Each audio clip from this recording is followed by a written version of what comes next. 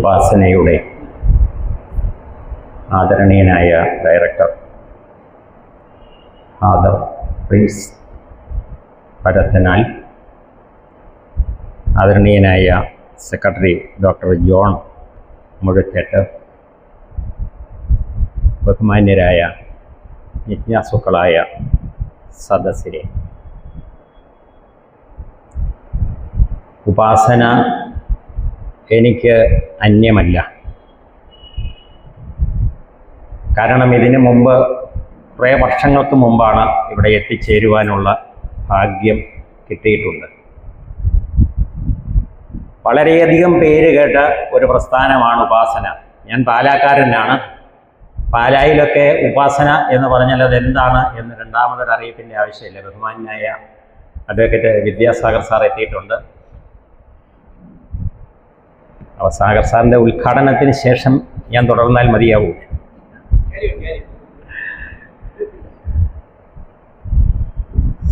സാഗർ സാറിന് സ്വാഗതം. ഇപ്പം ഇവിടെ വരാനിടയായത് വാസ്തവത്തിൽ എൻ്റെ വൈഫിനെയും കൊണ്ടാണ്. കാരണം ഒരുപാട് നിങ്ങൾ 40ൻ്റെ നിറവിലാണ്.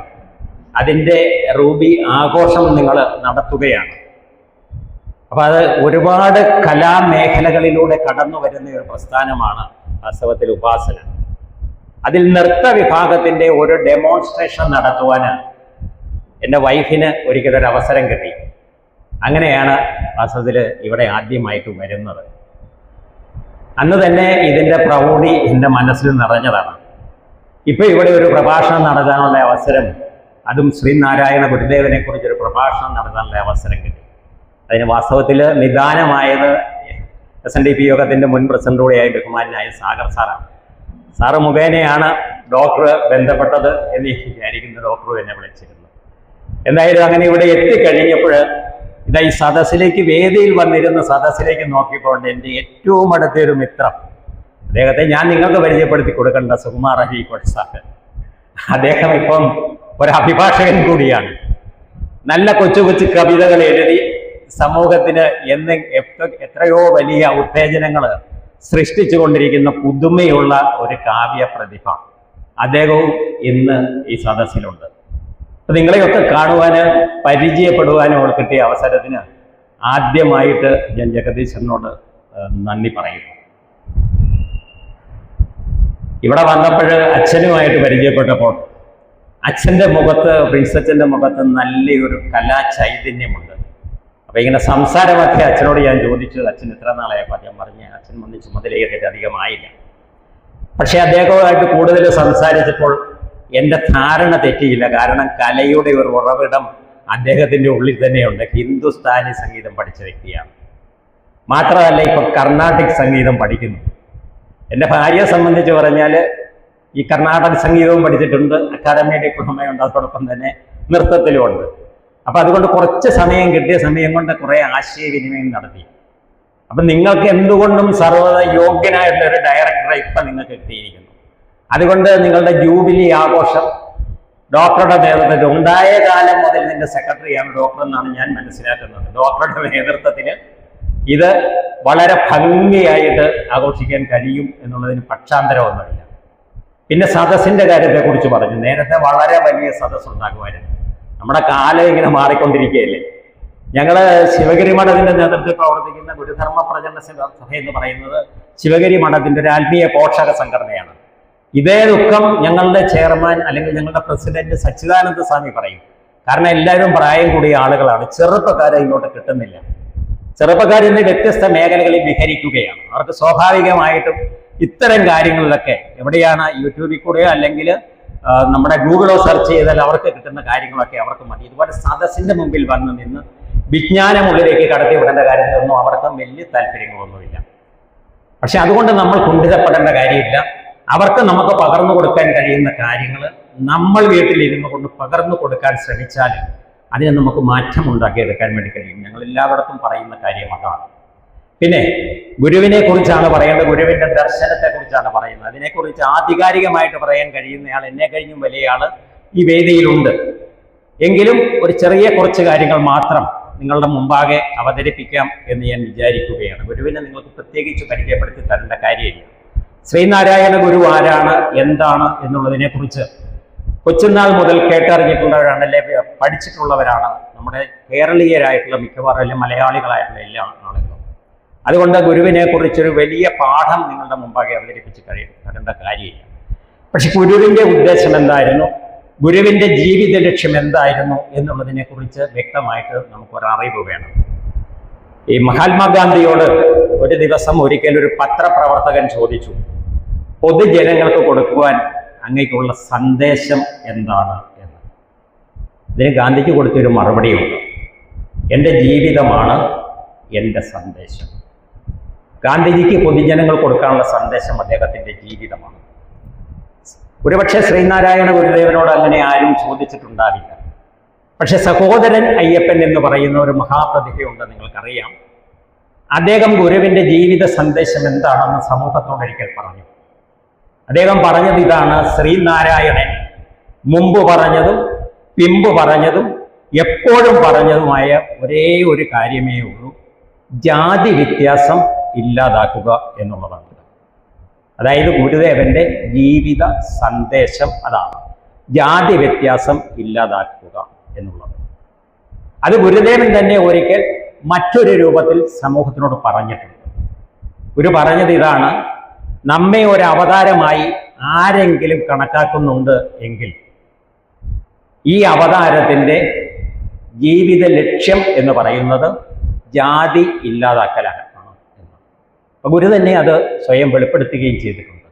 അപ്പൊ ഗുരുവിൻ്റെ ജീവിതത്തിൻ്റെ സന്ദേശം അല്ലെങ്കിൽ ലക്ഷ്യം എന്ന് പറയുന്നത് ജാതി വ്യത്യാസം ഇല്ലാതാക്കുക എന്നുള്ളതായിരുന്നു. നമുക്കറിയാം, നമ്മുടെ തലമുറയ്ക്ക് അറിയാം, നമ്മുടെ പുതിയ തലമുറയ്ക്ക് അറിയില്ലെങ്കിലും ഈ രാജ്യത്ത്, ഈ കൊച്ചു കേരളത്തിൽ ഇപ്പോഴും ഈ രാജ്യത്ത് അത് നടമാടുന്നുണ്ട്. ജാതിയുടെ പേരിൽ അല്ലെങ്കിൽ മതത്തിൻ്റെ പേരിൽ മനുഷ്യന് പൊതുവഴിയിൽ കൂടി പോലും സഞ്ചരിക്കാൻ കഴിയാതിരുന്ന ഒരു കാലഘട്ടം ഉണ്ടായിരുന്നു. ഇപ്പം ബഹുമാനായ അച്ഛൻ ഇവിടെ സൂചിപ്പിച്ചു സത്യാഗ്രഹ ശതാബ്ദിയെക്കുറിച്ച്, അല്ലെങ്കിൽ സർവമത സമ്മേളനത്തിൻ്റെ ശതാബ്ദിയെക്കുറിച്ച്. സർവമത സമ്മേളനം നടത്തുന്നതിന് നിമിത്തമായ കാര്യങ്ങളിലൊന്നതായിരുന്നു ജാതിയുടെ വ്യത്യാസം. അത് ഏറ്റവും കൂടുതൽ അതിൻ്റെ ദുരന്ത ഫലം അനുഭവിച്ചത് ഹിന്ദു മതത്തിലാണ്. എന്ന് പറഞ്ഞാൽ ഹിന്ദു മതത്തിലാണ്. എല്ലാ മതങ്ങളിലും ജാതികളുണ്ട്. നമുക്കറിയാം, ദളിതരായിട്ടുള്ള ആളുകളെ ഒരു പ്രത്യേക തട്ടിൽ അല്ലെങ്കിൽ ജാതിയുടെ പേരിൽ മാറ്റി നിർത്താറുണ്ട്. അത് മുസ്ലിം സമുദായത്തിലുമുണ്ട്, പല ജാതികൾ മുസ്ലിം സമുദായത്തിലുണ്ട്. പക്ഷേ അത് ഹൈന്ദവ മതത്തിൽ, അതായത് ഹിന്ദു മതത്തിലുള്ളിടത്തോളം മറ്റൊരു മതത്തിലും അതില്ലായിരുന്നു. സർവശക്തനായിട്ടുള്ള ജഗദീശ്വരനെ ഒന്ന് നേരിട്ട് കാണണമെങ്കിൽ ഈഴവർ തുടങ്ങി പിന്നോട്ടുള്ള ജാതിയിൽപ്പെട്ട ആളുകൾക്ക് അത് സാധ്യമാകുമായിരുന്നില്ല.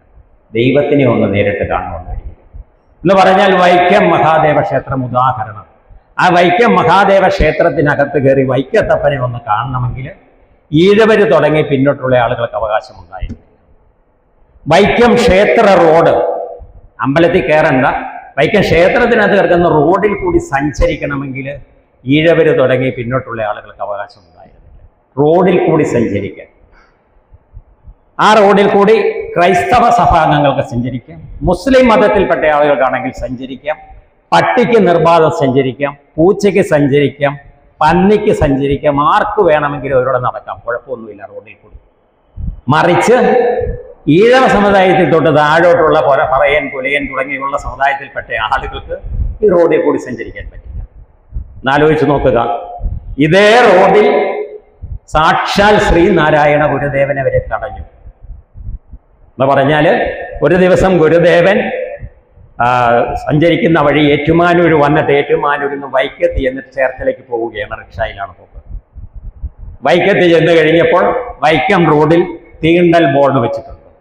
എന്നാൽ ഇത്തരം റോഡുകളിലൊക്കെ തീണ്ടൽ ബോർഡുണ്ട്. എന്ന് പറഞ്ഞാൽ അവിടെ ഇന്ന ഇന്ന സമുദായത്തിൽപ്പെട്ട ആളുകൾക്ക്, പിന്നോക്ക സമുദായത്തിൽപ്പെട്ട ആളുകൾ ഈ റോഡിൽ കൂടി സഞ്ചരിക്കാൻ പാടില്ല.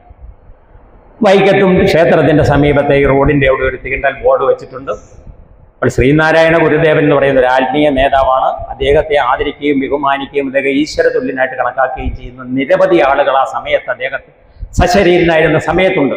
അങ്ങനെയുള്ള സാക്ഷാൽ ശ്രീനാരായണ ഗുരുദേവൻ അവിടെ ചെന്നപ്പോഴും അവിടുത്തെ സവർണരായിട്ടുള്ള ആളുകൾ ഇറങ്ങി വന്ന് റോഡിൽ പറഞ്ഞു. റിക്ഷയിലാണ് പോകുന്ന, പറ്റില്ല, ഇവിടെ ഇറങ്ങിക്കോളാൻ പറഞ്ഞു. ഗുരു ഒരു മടിയും വിചാരിച്ചില്ല. ഇവിടെ ഇറങ്ങിയിട്ട് അന്ന് റോഡ് എന്ന് പറഞ്ഞാൽ പിന്നെ ബോട്ടിയെട്ടിലേക്ക് പോകണമെങ്കിൽ ഒറ്റ മാർഗമുള്ളൂ, ചേറിൻ കണ്ടമാണ്. ആ കണ്ടത്തിൽ കൂടെ ചെളിയിൽ കൂടി ഇറങ്ങി നടന്ന് ബോട്ടിൽ കയറി ചേർത്തലയ്ക്ക് പോയി. ഈ സംഭവം കാട്ടുതീ പോലെ പരന്നു. അന്ന് TK മാധവൻ എന്ന് പറയുന്ന SNDP യോഗത്തിന്റെ തന്നെ പ്രവർത്തകനും അതോടൊപ്പം കോൺഗ്രസിന്റെ സമുന്നത നേതാവുമാണ് TK മാധവൻ. TK മാധവൻ എന്നൊരു അസുഖം ബാധിച്ച് കുന്നുകുഴി ബംഗ്ലാവിൽ തിരുവനന്തപുരത്ത് വിശ്രമിക്കുകയാണ്. ഈ വാർത്ത അറിഞ്ഞുകൊണ്ട് അദ്ദേഹം പാഞ്ഞ് ശിവഗിരിയിൽ വന്നു, ഗുരുദേവനെ കാണാൻ വേണ്ടി വന്നു. അപ്പൊ അദ്ദേഹം വളരെ രൂക്ഷാകുലനാണ്. അദ്ദേഹം വന്നിട്ട് ഗുരുവിനോട് വളരെ രൂക്ഷമായ ഭാഷയിൽ പറഞ്ഞു, ഗുരുദേവ, ഇതിന് നമുക്ക് പകരം ചോദിക്കണം. ഗുരുവിനെ വഴിയിൽ തടയാറായോ? ബാക്കി ആരെയും തടഞ്ഞോട്ടെ, ഗുരുവിനെ വഴിയിൽ തടഞ്ഞെങ്കിൽ അതിനെതിരെ നമുക്ക് സമരം തന്നെ നടത്തണം. ഇപ്പോൾ തന്നെ അതിനുള്ള ഒരുക്കങ്ങൾ ആരംഭിക്കണമെന്ന് പറഞ്ഞപ്പോൾ ഗുരു TK മാധവനെ സ്വാന്തനപ്പെടുത്തുകയാണ്. സാന്ത്വനപ്പെടുത്തിയിട്ട് പറഞ്ഞു, മാധവൻ ശാന്തനാകും. അപ്പൊ എന്നിട്ട് TK മാധവൻ സമർത്ഥിക്കുകയാണ്, ഗുരുദേവ, അതിലെ ആർക്ക് വേണമെങ്കിലും നടന്നു പോകാം. ക്രിസ്ത്യൻ സമൂഹത്തിൽപ്പെട്ട ആളുകൾക്ക് നടന്നു പോകാം, മുസ്ലിം സമുദായത്തിൽപ്പെട്ട ആളുകൾക്ക് നടന്നു പോകാം, പട്ടിക്ക് നടക്കാം, പൂച്ചയ്ക്ക് നടക്കാം. ആ വഴിയെ കൂടെയാണ് ഗുരുവിന് നടക്കാൻ മേലാത്തത്. തൃപ്പാദങ്ങൾക്ക് ആ വഴി നടക്കാൻ വയ്യെങ്കിൽ അവിടെ അടുത്ത ദിവസം തന്നെ സമരം നടത്തണമെന്ന് പറഞ്ഞു. അപ്പൊ ഗുരു അതിന് കൊടുത്തൊരു മറുപടി ഉണ്ട്. ഗുരുദേവൻ പറഞ്ഞത് എന്താണെന്ന് ചോദിച്ചാൽ, കന്നിൻ തോല് ചെണ്ടയിലായാൽ അകത്ത് കൊണ്ടുപോകാം, അത് ചെരുപ്പിലായാൽ പുറത്തേ വയ്ക്കത്തുള്ളൂ. ഇതാണ് മാധവന് കൊടുത്ത മറുപടി. കന്നിൻ തോല് കൊണ്ട് ചെരുപ്പുണ്ടാക്കും, ചെണ്ടയുടെ അടിക്കുന്ന ഭാഗം ഉണ്ടല്ലോ അത് കന്നിൻ തോലാണ്, അത് സംസ്കരിച്ചെടുക്കുന്നതാണ്. അപ്പൊ ചെണ്ടയിലാണ് കന്നിൻ തോൽ ഇരിക്കുന്നെങ്കിൽ അമ്പലത്തിനടുത്ത് ദേവന്റെ മുമ്പിൽ കൊണ്ടുപോയി നിന്ന് കൊട്ടാം. പക്ഷെ ഇത് ചെരുപ്പിലാണെങ്കിലോ പുറത്ത് കൊണ്ടുപോയി വെച്ചിട്ട് അകത്തേക്ക് കയറിപ്പോകാൻ പറ്റൂ. അതാണ് അന്ന് ഗുരു കൊടുത്ത മറുപടി. അപ്പൊ ഗുരുദേവനെ വരെ ജാതിയുടെ പേരില് അല്ലെങ്കിൽ മതത്തിന്റെ പേരില് തെരുവിൽ തടഞ്ഞ സംഭവം ഉണ്ടായിരുന്നു. ആ ജാതി ഇല്ലാതെയാക്കുക എന്നുള്ളതായിരുന്നു, ഒരു ജാതി വ്യത്യാസമില്ലാതെയാക്കുക എന്നുള്ളതായിരുന്നു ഗുരുവിന്റെ ജന്മോദ്ദേശം. സാക്ഷാൽ TK സഹോദരൻ അയ്യപ്പൻ, അദ്ദേഹത്തെ കുറിച്ച് ഞാൻ തുടക്കത്തിൽ സൂചിപ്പിച്ചു. ആ സഹോദരൻ അയ്യപ്പൻ, അദ്ദേഹം തിരുക്കൊച്ചിയുടെ പൊതുമരാമത്ത് വകുപ്പ് മന്ത്രി വരെ പിന്നീടായ വ്യക്തിയാണ്. നല്ലൊരു കവിയാണ്, നല്ലൊരു അധ്യാപകനായിരുന്നു, ഒരു സാമൂഹ്യക്ഷേമ പ്രവർത്തനങ്ങൾ നടന്ന ഒരു സമുദായ പരിഷ്കർത്താവാണ്, വളരെ വിപ്ലവകാരിയാണ് ചെറുപ്പം മുതൽ. അത് അദ്ദേഹം ഗുരുവിന്റെ ഇഷ്ടം നടപ്പിലാക്കുന്നതിന് വേണ്ടി അദ്ദേഹം ഗുരുവുമായിട്ട് ഒരു ദിവസം ആലുവ അദ്വൈതാശ്രമത്തിൽ ഇരുന്ന് സംസാരിച്ചപ്പോൾ, ചെറുപ്പക്കാരനാണ് അദ്ദേഹം, ഒന്ന് ചെറായി സ്കൂളിൽ അധ്യാപകനാണ്. അപ്പൊ അദ്ദേഹം പറഞ്ഞു, ഗുരുദേവ, ഈ ജാതി വ്യത്യാസം ഇല്ലാതാക്കുന്നതിന് വേണ്ടി നമുക്ക് എന്തെങ്കിലും ചെയ്യേണ്ടത്. അപ്പൊ ഗുരു പറഞ്ഞ മറുപടി ഇതാണ്, വെറുതെ നമ്മളിങ്ങനെ വർത്താനം പറഞ്ഞുകൊണ്ടിരുന്നിട്ട് കാര്യമില്ല. അനുയായികളുടെ മനസ്സിൽ തന്നെ ആദ്യം ആ ചിന്ത എടുത്ത് മാറ്റണമെന്ന് പറഞ്ഞു. അതിനുള്ള പ്രവർത്തനമാണ് തുടങ്ങേണ്ടതെന്ന് പറഞ്ഞു. അനുയായികൾ എന്ന് പറഞ്ഞാൽ ശ്രീനാരായണ സമൂഹത്തിൽ, അതായത് ഈഴവ സമുദായത്തിൽ തന്നെ ഈ ജാത്യാചാരം ഉണ്ടായിരുന്നു. അത് മാറ്റണമെന്നാണ് ഗുരു ഉപദേശിച്ചത്. ഇത്രയും ഒരു ഉപദേശം കിട്ടിയപ്പോൾ തന്നെ സഹോദരൻ അയ്യപ്പൻ സജീവമായി. അദ്ദേഹം എന്ത് ചെയ്തു? അദ്ദേഹത്തിന്റെ സ്വദേശം ചെറായിയാണ്. അദ്ദേഹം നേരെ ചെറായിക്ക് വെച്ച് പഠിച്ചു. അവിടെ ചെന്ന് കുറെ ചെറുപ്പക്കാരെ കൂട്ടി, എന്നിട്ട് ഒരു 12 പേരുടെ ലിസ്റ്റ് തയ്യാറാക്കിയിട്ട് ആ ചെറുപ്പക്കാരെ കൂട്ടി അവരുടെ എല്ലാം പേരെഴുതി ഒരു പ്രസ്താവന അച്ചടിച്ചു. ഒരു സമ്മേളനം കൂടുന്നു ചെറായിയിൽ വെച്ച്. ഗുരുവിന്റെ ദർശനം അല്ലെങ്കിൽ ഗുരുവിന്റെ ആഗ്രഹം അല്ലെങ്കിൽ ഗുരുവിന്റെ ജാതി വ്യത്യാസം ഇല്ലാതാക്കുക എന്നുള്ള സന്ദേശം പ്രചരിപ്പിക്കുന്നതിന് വേണ്ടി ഒരു സമ്മേളനം ഇവിടെ കൂടുന്നു. ആ സമ്മേളന അനന്തരം ഒരു പന്തി ഭോജനവും ഒരു മിശ്ര ഭോജനവും ഉണ്ടായിരിക്കും. ഇതാണ് നോട്ടീസിലെ ഉള്ളടക്കം. അതനുസരിച്ച് 1917 സംഭവം. അതനുസരിച്ച് ആ ദിവസം അവിടെ യോഗം കൂടി. യോഗം കൂടി കഴിഞ്ഞപ്പോൾ ഉള്ള പ്രത്യേകത എന്താണെന്ന് ചോദിച്ചാൽ, 2 പുലയ യുവാക്കളെയും കൂടെ യോഗത്തിൽ പങ്കെടുപ്പിച്ചു. കാരണം മിശ്ര ഭോജനം നടത്തണമല്ലോ. ഈഴവരുടെ കൂടെ ഇരുത്തി 2 പുലയ യുവാക്കളെ, ചാത്തൻ എന്ന് പറയുന്ന വള്ളോൻ എന്ന് പറയുന്ന 2 പുലയ യുവാക്കളെ കൂടെ ഇതിനകത്ത് പങ്കെടുപ്പിച്ച് അവർ വന്നിരുന്ന് ഭക്ഷണം കഴിക്കാൻ. അവർക്ക് ഒന്നിച്ച് ഭക്ഷണം കഴിക്കാൻ പറ്റില്ല. ഈഴവരുടെ ജാത്യാചാരം എന്ന് പറയുന്നത് എന്താണ്? ഈഴവർക്ക് നായര് നമ്പൂതിരി തുടങ്ങി മുകളിലോട്ടുള്ള ആൾക്കാരുടെ അടുത്ത് എത്താൻ പറ്റില്ല. ജാതിയുടെ പേരിൽ ഒന്നിച്ചിരുന്ന് ഭക്ഷണം കഴിക്കില്ല, അടുത്ത് എല്ലാം മേലാത്ത ഒരവസ്ഥയാണ് ആ കാലഘട്ടത്തിൽ. അപ്പൊ ഈഴവർക്കുള്ള പ്രത്യേകത എന്താണെന്ന് ചോദിച്ചാൽ, ഈഴവർക്ക് താഴോട്ട് പുലേരും പറയരും ഉണ്ട്, അവരെ ഈഴവരും അടുത്തടുപ്പിക്കുകയില്ല. ആലോചിച്ച് നോക്കുക, ഈഴവൻ മുകളിലോട്ടിലോട്ട് എടുക്കെടുക്കാൻ പറ്റിയപ്പം താഴെ നിൽക്കുന്നവരെ ഞങ്ങളുടെ അടുത്തോട്ട് എടുക്കേണ്ട, നിങ്ങളും അങ്ങ് മാറി നിന്നു. ഇതായിരുന്ന കാലഘട്ടത്തിൽ ഒന്നിച്ചിരുന്ന് ഭക്ഷിക്കുന്നില്ല. അതിന് മാറ്റം വരുത്താനാണ് അയ്യപ്പൻ ശ്രമിച്ചതെന്ന് പറഞ്ഞാൽ, താഴെയുള്ളവരുടെ ഒപ്പത്തേക്ക് ഈഴവ സമുദായത്തിന്റെ ജാത്യാഭിമാനത്തെ കൊണ്ടുചെന്ന് ചേർക്കുക. അതാണ് അയ്യപ്പൻ ഉദ്ദേശിച്ചത്. അപ്പം അങ്ങനെയാണ് മിശ്ര ഭോജനം കൂടെ അയ്യപ്പൻ സംഘടിപ്പിക്കുന്നത്. ആ പറഞ്ഞ ദിവസം വന്നെത്തി മിശ്ര ഭോജനം, ഈ സമ്മേളനം നടന്നു, മിശ്ര ഭോജനം നടത്തി. കാണാനും കേൾക്കാനും ചെറായിലുള്ള ഒരുപാട് ആളുകളുണ്ട്. അപ്പൊ ഈ നോട്ടീസ് അടിച്ചിരുന്നുണ്ട് ഇങ്ങനെ ഒരു സംഭവം നടക്കും നേരത്തെ അറിയാം. അപ്പം അവിടെ വന്നു കഴിഞ്ഞപ്പോൾ അയ്യപ്പൻ എന്ത് ചെയ്തു?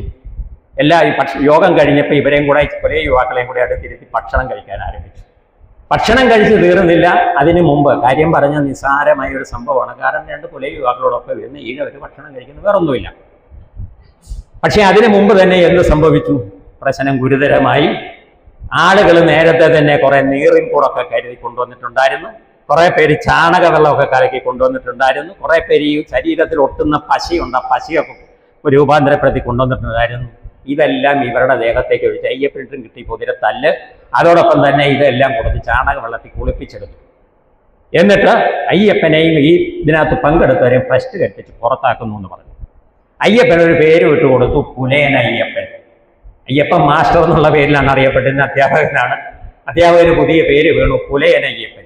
ഈഴവനാണ്, പക്ഷെ പുലയൻ അയ്യപ്പൻ എന്നുള്ള പേര് വിട്ടുകൊടുത്തു.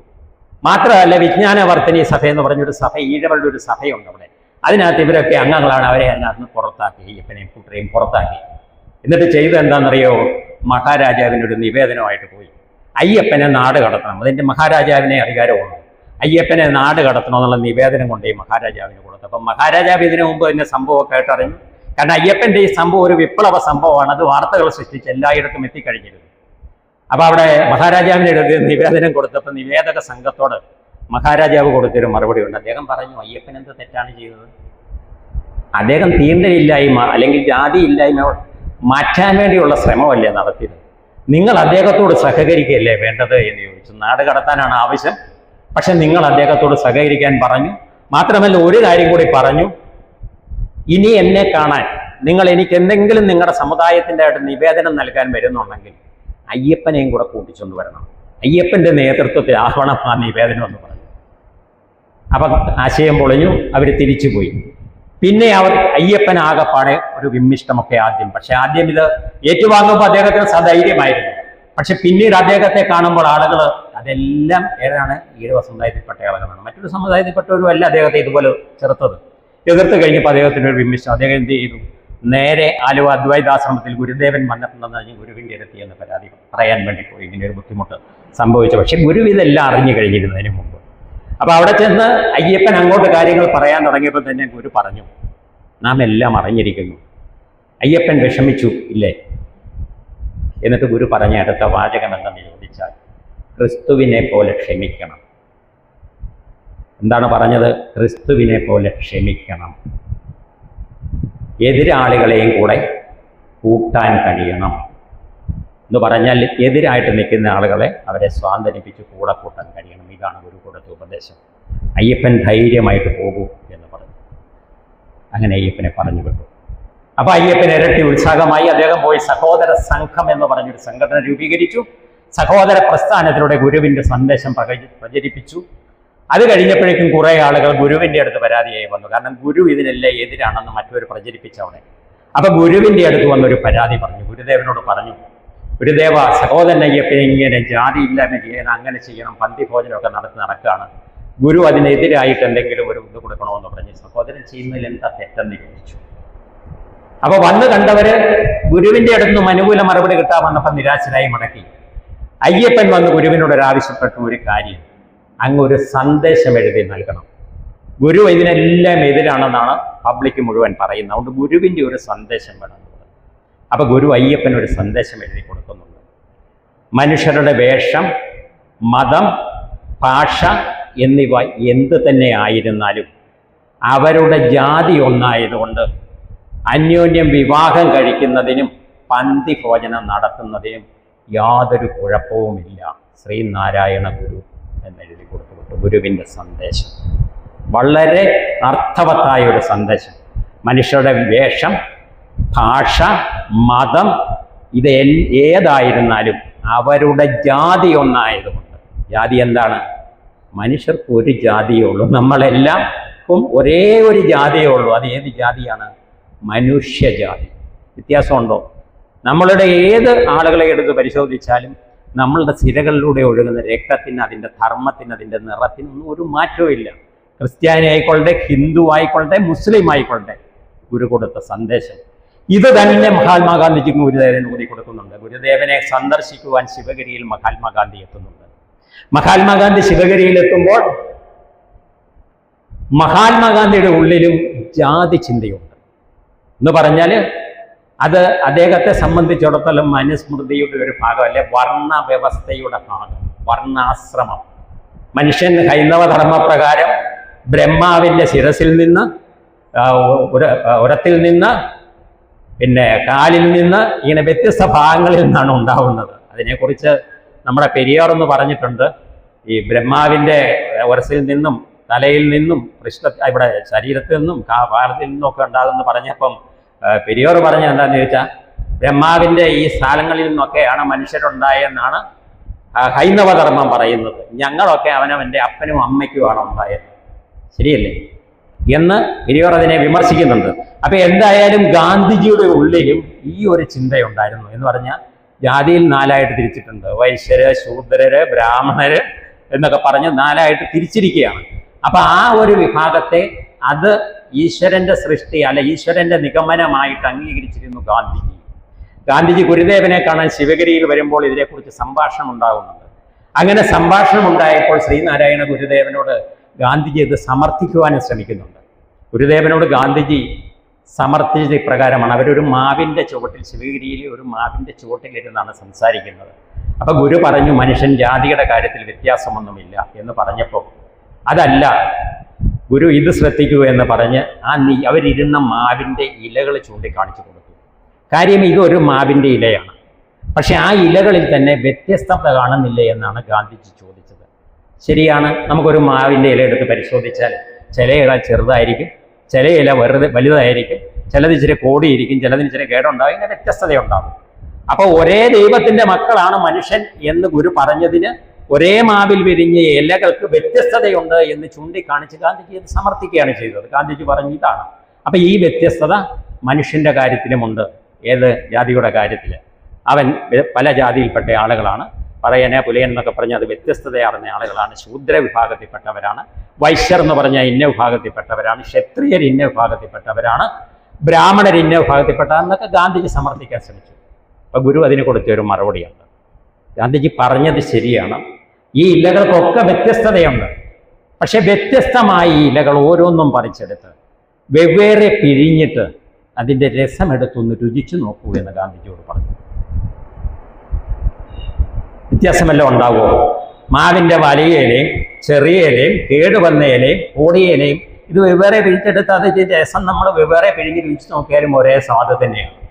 അത്ര ഭംഗിയായിട്ടാണ്, ശാസ്ത്രീയമായിട്ടാണ് ഗുരു ഗാന്ധിജിക്ക് തെറ്റിതിരുത്തി കൊടുത്തത് എന്ന് ആലോചിക്കുക. അപ്പം നമ്മുടെയൊക്കെ സിരകളിലൂടെ ഒഴുകുന്ന രക്തത്തിൻ്റെ ധർമ്മം ഒന്ന് തന്നെയാണ്. മറ്റൊന്നുകൂടി ഗാന്ധിജി അവിടെ പഠിച്ചു. ഗാന്ധിജിയോട് ഗുരുദേവൻ എന്ന് വൈകിട്ട് ഗാന്ധിജി അന്ന് അവിടെ താമസിച്ചു. വൈകിട്ട് ഭക്ഷണമൊക്കെ വിളമ്പി കൊടുക്കാൻ വേണ്ടിയിട്ട് കുട്ടികളെ ഏർപ്പാട് ചെയ്ത് കുട്ടികൾ വന്ന് ഭക്ഷണം വിളമ്പി കൊടുക്കാം. അങ്ങനെ കൊടുത്തപ്പോൾ അതിനകത്ത് കുട്ടികളെ കണ്ടാൽ ജാതി തിരിച്ചറിയുമോ എന്നറിയാൻ വേണ്ടിയിട്ട് ഈ കുട്ടികൾ നന്നായിട്ട് ഇവർ സംസ്കൃതത്തിൽ പദ്യങ്ങളൊക്കെ ചൊല്ലുന്നുണ്ട്. ഈ കുട്ടികളെ ചൂണ്ടിക്കാണിച്ചിട്ട് ഇവരെ തിരിച്ചറിയാൻ പറ്റുമോ എന്ന് ഗാന്ധിജിയോട് ചോദിച്ചപ്പോൾ ഗാന്ധിജിക്ക് തിരിച്ചറിയാൻ പറ്റിയില്ല. കാരണം പറയ കുട്ടി നല്ല വെളുത്ത് തുടുത്ത പറയ കുട്ടിയുണ്ട്, അവനെ കണ്ട ബ്രാഹ്മണ കുട്ടിയാണെന്നേ പറയൂ. അപ്പം നിറത്തിലോ മറ്റേ രൂപത്തിലോ അല്ല കാര്യം, ഇതിൽ യാതൊരു അടിസ്ഥാനവുമില്ല എന്ന് ബോധ്യപ്പെട്ടു. ഹരിജൻ കുട്ടികളെ താൻ ദത്തെടുത്ത് ശിവഗിരിയിൽ പഠിപ്പിക്കുന്ന ആ കുട്ടികളെ നിരത്തി ഗുരുദേവൻ കാണിച്ചു കൊടുത്തു. ഇത് ഹരിജൻ കുട്ടികളാണ്, ഇവിടെ നിർത്തി ഞാൻ വിദ്യാഭ്യാസം കൊടുക്കുകയാണ്. ഇത് കഴിഞ്ഞപ്പോഴാണ് ഗാന്ധിജിക്ക് ആ കാര്യം ബോധ്യപ്പെട്ടത്. അപ്പൊ ഗാന്ധിജി ഒരു വലിയ സത്യവും പേറിക്കൊണ്ടാണ് തിരികെ പോകുന്നത്. തിരികെ ഗാന്ധിജി പോയി കഴിഞ്ഞിട്ട് ഗാന്ധിജി ഗുരുദേവന് ഒരു കത്തെഴുതുന്നുണ്ട്. ആ കത്തിൽ ഗുരുദേവനെ ഗാന്ധിജി അഭിസംബോധന ചെയ്യുന്നത് ഹിസ് ഹോളിനെസ് ശ്രീനാരായണ ഗുരു എന്നാണ്. ഇതിൻ്റെ ഏതാണ്ട് മലയാള പരിഭാഷ എന്താണ്? പരിശുദ്ധാത്മാവായ ശ്രീനാരായണ ഗുരുവേ. അപ്പൊ ഗുരുവിൽ പരിശുദ്ധാത്മാവിനെ മഹാത്മാഗാന്ധി കണ്ടെത്തുകയായിരുന്നു. ആ രീതിയിലാണ് ഗുരുവിനെ ഗാന്ധിജി സംബോധന ചെയ്തത്. മാത്രവുമല്ല, അവിടെ തിരിച്ചു ചെന്ന് കഴിഞ്ഞപ്പോൾ ഗാന്ധിജി ഒരു കാര്യം തീരുമാനമെടുത്തു. കുറെ ഹരിജൻ കുട്ടികളെ ദത്തെടുത്ത് പഠിപ്പിക്കാൻ തീരുമാനിച്ചു. ആശ്രമത്തിൽ നിർത്തി പഠിപ്പിക്കാൻ തീരുമാനമെടുത്തു. താൻ അതുവരെ നടത്തിക്കൊണ്ടുവന്നിരുന്ന പത്രം യങ് ഇന്ത്യ എന്ന പേരിലുള്ള പത്രത്തിന്റെ പേര് മാറ്റി ഹരിജൻ എന്ന പേരിൽ പത്രം പ്രസിദ്ധീകരിക്കുവാൻ തീരുമാനിച്ചു. അപ്പൊ ഹരിജന് മുൻതൂക്കം കൊടുക്കുവാൻ ഗാന്ധിജി തീരുമാനമെടുത്തു. ആ ഒരു തീരുമാനത്തിന്റെ പശ്ചാത്തലത്തിൽ കുറെ ഹരിജൻ കുട്ടികളെ ദത്തെടുത്ത് ആശ്രമത്തിൽ കൊണ്ടുവന്ന് നിർത്തി പഠിപ്പിക്കുകയാണ് ഗാന്ധിജി. പക്ഷെ നടന്നില്ല. എന്താണെന്ന് ചോദിച്ചാൽ ഹരിജൻ കുട്ടികൾക്ക് ചോറ് വിളമ്പി കൊടുക്കാനോ ആഹാരം ഉണ്ടാക്കി കൊടുക്കാനോ എന്നെ കിട്ടില്ല എന്ന് പറഞ്ഞ് കസ്തൂർബ ഗാന്ധി പിണങ്ങിപ്പോയി. ഈ ആശ്രമത്തിലേക്ക്, സബർമതി ആശ്രമത്തിലേക്ക് ധാന്യ വിഭവങ്ങളൊക്കെ സംഭാവന ചെയ്തുകൊണ്ടിരുന്ന സേഠുമാരുണ്ടായിരുന്നു. അവര് പറഞ്ഞു, കണ്ട ഹരിജൻ കുട്ടികൾക്കൊന്നും ഭക്ഷണം കൊടുക്കാൻ, ഇനി ധാന്യങ്ങളൊന്നും അവിടെ എത്തിച്ചു തരാൻ ഞങ്ങളെ കൊണ്ട് പറ്റില്ല എന്ന് പറഞ്ഞ് അവർ ധാന്യം കൊടുക്കുന്നത് നിർത്തി. കസ്തൂർബ പിണങ്ങിപ്പോയി. ധാന്യങ്ങൾ എത്താൻ ബുദ്ധിമുട്ടി. അവിടെ ഗാന്ധിജി കുട്ടികൾക്ക് ഭക്ഷണം ഉണ്ടാക്കി കൊടുക്കാൻ വേണ്ടി ബുദ്ധിമുട്ടി. മാത്രവുമല്ല, കുട്ടികൾക്ക് ഭക്ഷണം കൊടുക്കുക മാത്രമല്ല, അവരുടെ ഡ്രസ്സ് കഴുകിയിടണം, മറ്റു കാര്യങ്ങളെല്ലാം ചെയ്യണം. ഇതൊക്കെ ബഹിഷ്കരിച്ച് കസ്തൂർബ പോയിരിക്കുകയാണ്. പക്ഷെ ഗാന്ധിജി ഒറ്റയ്ക്ക് ആ ജോലി ഏറ്റെടുത്തു. ഗാന്ധിജി അതൊരു വെല്ലുവിളിയായിട്ട് സ്വീകരിച്ചു. സേഠുമാരല്ലാത്ത ആളുകൾ ഗാന്ധിജിയുടെ അടുത്തെത്തി. ഗാന്ധിജിയെ ആരാധിക്കുന്ന ഒരുപാട് ആളുകൾ ഗാന്ധിജിക്ക് സഹായം ചെയ്തു കൊടുത്തു. അദ്ദേഹം ആ കുട്ടികളെ തുടർന്ന് അവിടെ പഠിപ്പിച്ചു കൊണ്ടുപോയി. പിണങ്ങിപ്പോയ കസ്തൂർബ ഗാന്ധിയൊക്കെ തിരികെ എത്തത് മറ്റൊരു ചരിത്രം. അപ്പൊ ഞാൻ പറഞ്ഞത്, മഹാത്മാഗാന്ധിക്ക് പോലും മാറ്റത്തിന്റെ സ്വരം ഉണ്ടാക്കി കൊടുക്കുവാൻ കഴിഞ്ഞ വ്യക്തിത്വത്തിനുടമയാണ് സാക്ഷാൽ ശ്രീനാരായണ ഗുരുദേവൻ. ആ ഗുരുവിന്റെ ദർശനം എന്ന് പറയുന്നത് അച്ഛനെ ഇവിടെ സൂചിപ്പിച്ചു. തുടക്കത്തിൽ തന്നെ ഇവിടെ ചോദിച്ചു, ഒരു പ്രതിഷ്ഠ ഗുരുദേവൻ നടത്തിയിരിക്കുന്നത് കണ്ണാടി പ്രതിഷ്ഠയല്ലേ? കണ്ണാടി പ്രതിഷ്ഠയാണ്, പക്ഷെ അതിൽ ഓം എന്ന് ആലേഖനം ചെയ്തിട്ടുണ്ടായിരുന്നു. ഇതെന്താണെന്ന് ചോദിച്ചാൽ, കളവങ്കോടം എന്ന് പറയുന്ന സ്ഥലത്തൊരു ക്ഷേത്രമുണ്ട്, അവിടെയാണ് പ്രതിഷ്ഠ. അപ്പൊ ഈ കളവങ്കോടം ക്ഷേത്രത്തിന്റെ പ്രതിഷ്ഠയ്ക്ക് തീരുമാനം എടുത്തു കഴിഞ്ഞപ്പോൾ കുറെ പേര് അവിടെ എതിരുണ്ട്. ഇനി ക്ഷേത്രമൊന്നും വേണ്ട, ഇതൊക്കെ അന്ധവിശ്വാസത്തെ വളർത്തു എന്ന് പറഞ്ഞ് കുറെ പേര് എതിര് വന്നു. അപ്പൊ അവിടെ പറഞ്ഞാൽ ശിവനെ പ്രതിഷ്ഠിക്കാനാണ് തീരുമാനമെടുത്തിരുന്നത്. ഇവരെ ഒന്ന് സാന്ത്വനിപ്പിക്കണ്ടേ? ഗുരു അവിടെ ചെന്നപ്പോൾ ഭയങ്കര പ്രശ്നം. രണ്ട് ചേരിയായിട്ട് ആളുകൾ നിൽക്കുകയാണ്, ഇനി ഇവിടെ ഒരു ക്ഷേത്രം വേണ്ട, പ്രതിഷ്ഠ വേണ്ട എന്നൊക്കെ. അപ്പൊ ഗുരു ഒടുവിൽ ചോദിക്കുന്നുണ്ട്, ഇവിടെ കണ്ണാടി കിട്ടുമോ എന്ന് ചോദിച്ചു. അപ്പൊ പെട്ടെന്ന്, ഏത് കണ്ണാടി? നിലക്കണ്ണാടി. അപ്പൊ നിലക്കണ്ണാടി കിട്ടുമെന്ന് ചോദിച്ചപ്പോൾ പറഞ്ഞു, ഇവിടെ ഇല്ല, എറണാകുളത്ത് പോയാൽ വാങ്ങാം, എന്നാൽ പോയി വാങ്ങിക്കൊണ്ടുവരുമെന്ന് പറഞ്ഞു. അങ്ങനെ എറണാകുളത്ത് പോയി നിലക്കണ്ണാടി മേടിച്ചുകൊണ്ട് ആ നിലക്കണ്ണാടിയുടെ പിറകിലെ രസം ചിരണ്ടി ഓം എന്നാക്കാൻ പറഞ്ഞു. ആ രസം ഇങ്ങനെ ചുരുണ്ടി കളഞ്ഞപ്പം ഓം എന്നേ വന്നു, ഓം എന്നില്ല, അർത്ഥവ്യത്യാസമൊന്നുമില്ല, അത് മതി എന്ന് പറഞ്ഞ് അവിടെ ആ പ്രതിഷ്ഠയാണ് ഗുരു നിർവഹിച്ചത്. മറ്റൊരു പ്രതിഷ്ഠയുണ്ട്, സത്യം ധർമ്മം ദയ എന്നെഴുതി മുരിക്കുമ്പഴം ഗുരുദേവൻ ക്ഷേത്ര പ്രതിഷ്ഠ നടത്തി. സത്യം ധർമ്മം ദയ എന്നെഴുതിയ ഒരു ഫലകമാണ് മുരിക്കുമ്പഴയിൽ പ്രതിഷ്ഠിച്ചത്. അപ്പൊ ഗുരുവിന്റെ ദർശനം എത്രയായിരുന്നു? ഗുരുവിൻ അല്ലല്ല, പാലാ മുരിക്കുമ്പഴയല്ല, തിരുവനന്തപുരം സൈഡിൽ മുരിക്കുമ്പഴ ക്ഷേത്രത്തിൽ പ്രതിഷ്ഠ നടത്തി. അപ്പൊ ഗുരുവിന്റെ ദർശനം എത്രമാത്രം മഹത്തായിരുന്നു. ഗുരു എന്താണ് പറഞ്ഞത്? അത് അച്ഛൻ ഇവിടെ സൂചിപ്പിച്ചു. ഈശ്വരൻ എവിടെയുണ്ട് എന്നാണ് പറഞ്ഞത്. ഈശ്വരൻ എവിടെയുണ്ട്? യഥാർത്ഥത്തിൽ ഈശ്വരൻ എവിടെയുണ്ട്?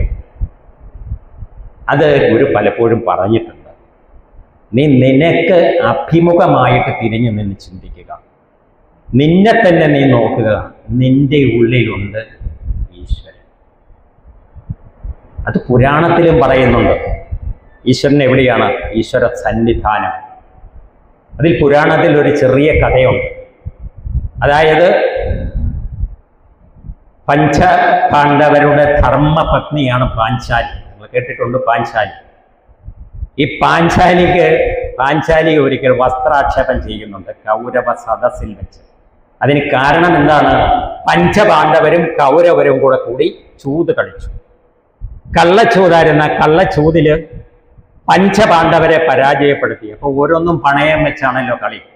അങ്ങനെ സർവ്വതും പണയം വെച്ചു, രാജ്യം പണയം വെച്ചു, മൊത്തം പണയം വെച്ച് പഞ്ചപാണ്ഡവര് തോറ്റു. ഒടുവിൽ ഇനി പണയം വയ്ക്കാൻ ഒന്നുമില്ല. അപ്പൊ കൗരവപക്ഷത്തിലുള്ളവർ പറഞ്ഞു, ഉണ്ടല്ലോ പണയം വെക്കാൻ ഇനിയുള്ള എന്താണെന്ന് ചോദിച്ചു. ആരാണ്? നിങ്ങളുടെ ഭാര്യയില്ലേ പാഞ്ചാലി, പാഞ്ചാലിയെ പണയം വെക്കാൻ പറഞ്ഞു. ഒടുവിൽ അതും പണയം വെച്ചു, തോറ്റു കഴിഞ്ഞപ്പോ പാഞ്ചാലി ആർക്ക് അധീനതയിലായി? കൗരവർക്ക് കിട്ടി പാഞ്ചാലിയെ. അപ്പൊ പാഞ്ചാലിയെ കിട്ടിക്കഴിഞ്ഞപ്പോൾ പിന്നെ പഞ്ചപാണ്ഡവർക്ക് അവകാശമില്ല, കാരണം പണയ വസ്തുവാണ്. അപ്പൊ ഈ പണയ വസ്തുവിനെ അപമാനിക്കാൻ തീരുമാനിച്ചു. ദുശാസൻ എന്ന് പറയുന്ന ആളിനെ കൊണ്ട് പാഞ്ചാലിയുടെ വസ്ത്രാക്ഷേപം നടത്താൻ തീരുമാനിച്ചു. കൗരവ സദസ്സിൽ വെച്ച് പഞ്ചപാണ്ഡവരുമുണ്ട് അവിടെ. ഭീഷ്മ പിതാമഹനുണ്ട്. ഇപ്പൊ എല്ലാവരെയും ഇരിക്കെ ചെയ്ത് പാഞ്ചാലിയുടെ വസ്ത്രാക്ഷേപം നടത്തുകയാണ്. രജസ്വലയാണ് പാഞ്ചാലി, ഒറ്റ വസ്ത്രധാരണിയാണ്. അപ്പൊ ഈ വസ്ത്രം ഇങ്ങനെ അഴിക്കാൻ തുടങ്ങി, പാഞ്ചാലിയെ നഗ്നയാക്കാനുള്ള ശ്രമം. അപ്പൊ പെട്ടെന്ന് പാഞ്ചാലി തൻ്റെ ഭർത്താക്കന്മാരെ ഓരോരുത്തരെയും മാറി മാറി നോക്കി. ധർമ്മിഷ്ഠനായ ധർമ്മപുത്രരുണ്ട്, കരുത്തരിൽ കരുത്തരായ ഭീമസേനുണ്ട്, വില്ലാളി വീരനായ അർജുനുണ്ട്, നകുലനുണ്ട്, സഹദേവനുണ്ട്. ഇവരെല്ലാം ശിരസും കുമ്പിട്ട് നിൽക്കുകയാണ്. കാരണം അവർക്കൊന്നും പറയാൻ പറ്റില്ല, പണയ വസ്തുവാണ്, കാര്യം സ്വന്തം ഭാര്യയാണ്. അപമാനിക്കാൻ പോകുന്ന തന്നെ രക്ഷിക്കാൻ ഭർത്താക്കന്മാർക്ക് കഴിയില്ല എന്ന് പാഞ്ചാലിക്ക് മനസ്സിലായി. അവസാനം വളരെ ദയനീയമായ ഭീഷ്മനെ നോക്കി പാഞ്ചാലി. ദയനീയമായിട്ട് ഭീഷ്മരെ നോക്കുകയാണ്. ഭീഷ്മരും തലയും കുമ്പിട്ടിരിക്കുകയാണ്. ഭീഷ്മരും തന്നെ സഹായിക്കില്ലെന്ന് മനസ്സിലായി. ദുശാസൻ ഇങ്ങനെ വസ്ത്രം അഴിക്കുകയാണ്. അപ്പൊ പാഞ്ചാലിക്ക് മനസ്സിലായി, ഇനി തനിക്ക് ആശ്രയിക്കാൻ ഒരേ ഒരാളേ ഉള്ളൂ, തൻ്റെ ഇഷ്ടദേവനായ സാക്ഷാൽ ഭഗവാൻ കൃഷ്ണനെ വിളിച്ച് പ്രാർത്ഥിക്കാമെന്ന് തീരുമാനിച്ച് പാഞ്ചാലി കൃഷ്ണനെ വിളിച്ച് പ്രാർത്ഥിക്കുകയാണ്. ദ്വാരകാവാസ കൃഷ്ണ വരൂ, വന്നെന്നെ ഈ അപമാനത്തിൽ നിന്ന് രക്ഷിക്കൂ എന്ന് പ്രാർത്ഥിച്ചു. ആരെ? പാഞ്ചാലി. പക്ഷെ കൃഷ്ണൻ എത്തിയില്ല. വസ്ത്രം ഇങ്ങനെ അഴിക്കപ്പെട്ടുകൊണ്ടിരിക്കുകയാണ്.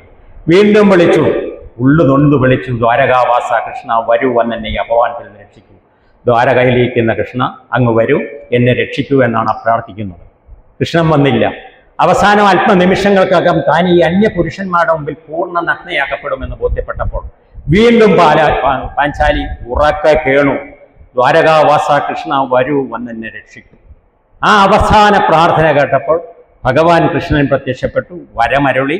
അഴിക്കപ്പെട്ട വസ്ത്രങ്ങൾ ചുറ്റപ്പെട്ടുകൊണ്ടിരുന്നു. ഒടുവിൽ ദുശാസനൻ ഈ വസ്ത്രം മുഴുവൻ അഴിക്കാൻ കഴിയാതെ കൈ കുഴഞ്ഞ് അവിടെ വീണ് പാഞ്ചാലി അപമാനത്തിൽ നിന്ന് രക്ഷപ്പെടുന്ന ഒരു കഥയുണ്ട്.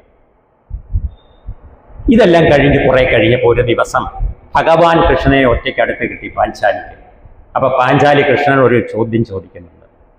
അല്ലയോ ഭഗവാനെ, എനിക്ക് അങ്ങയോടൊരു കാര്യം ചോദിക്കാനുണ്ട്. കൃഷ്ണൻ പറഞ്ഞു, ചോദിച്ചോളൂ.